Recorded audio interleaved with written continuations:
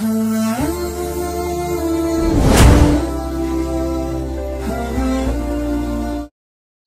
بالله من الشيطان الرجيم بسم الله الرحمن الرحيم والحمد لله رب العالمين وصلى اللهم على نبينا محمد وعلى آله وأصحابه أجمعين أما بعد.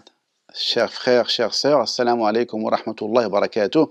J'espère que vous vous portez bien. Heureux de vous rencontrer dans cette nouvelle chronique, Inch'Allah Ta'ala, qui tourne autour des questions juridiques et sur les mérites de ce mois béni de Ramadan. Hier, on avait cité effectivement les personnes qui avaient le droit sur le plan juridique, Ashabul A'dhar al-Shar'iyya, ceux qui ont une excuse religieuse valable qui leur permet de rompre le jeûne ou qui leur permet de ne pas jeûner. Et on avait vu effectivement le voyageur, on avait vu celui qui est donc malade aussi, mais je voulais m'arrêter dessus un petit peu. Donc celui qui est malade, effectivement, sur la base du verset du Coran, celui parmi vous qui est malade ou en voyage. Donc en voyage, on avait vu qu'il pouvait ne pas jeûner parce que la sunna le stipule aussi en même temps. Donc il avait dit à un compagnon, jeûne si tu le veux, ou bien on le jeûne si tu le veux. D'accord? Donc les savants sont unanimes. Sauf que le voyage, il y a des personnes qui croient que le voyage doit être un voyage très fatigant. Non, pas obligé. Un voyage, même il y a un avis qui dit qu'il faut que ça soit 80-84 km. Bon, c'est un avis effectivement qui existe. Le plus juste, wallahu a'lam, c'est qu'il n'y a pas effectivement de texte à ma connaissance qui stipule une distance qui fait en sorte que le voyage ou le déplacement qu'on fait avec cette distance s'appellerait un voyage. Comme l'aurait dit Cheikh Al-Uthaymin, rahimahullah, c'est qu'un voyage, c'est ce qui est considéré dans nos us et coutumes, dans nos habitudes, est considéré en tant que voyage. D'accord? Quand on va d'une commune à une autre où il y a 5-10 km, on le sait que dans nos habitudes, ce n'est pas un voyage. D'accord? À nous de voir entre les deux villes ou les deux points qu'on parcourt, est-il considéré ce déplacement en tant que voyage ou pas? D'accord? Bien. Alors, il n'est pas aussi, quelques-uns disent, oui, mais on va de Paris à Bordeaux, par exemple, en avion, ça fait 1 heure de vol, 50 minutes ou 1 heure de vol, donc ce n'est pas fatigant, on n'a pas le droit de jeûner. Si. La cause n'est pas la fatigue ou le fait qu'on ait du mal ou pas, c'est pas ça. La cause du fait qu'on ait le droit de rompre le jeûne, c'est le voyage, tout court.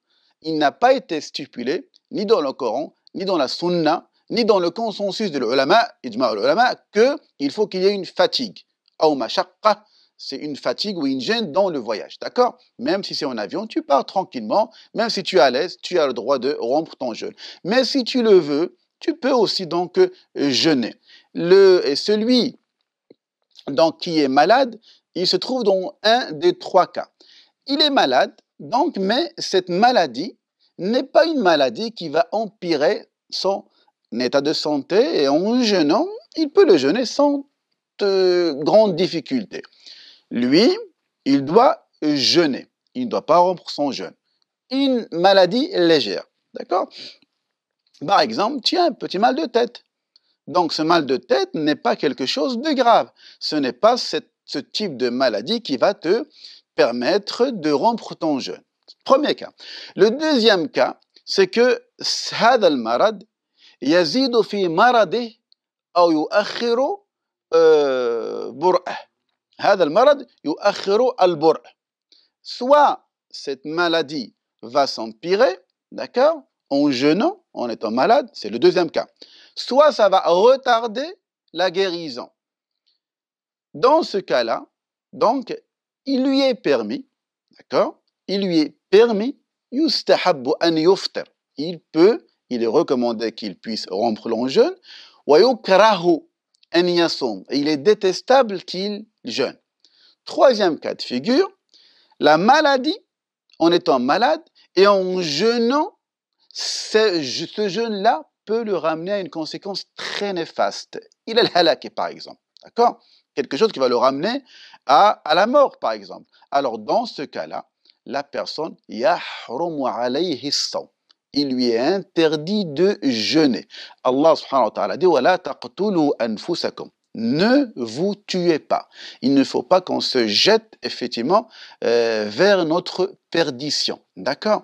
Voilà les trois cas de figure où un malade peut se positionner ici, insha'Allah ta'ala.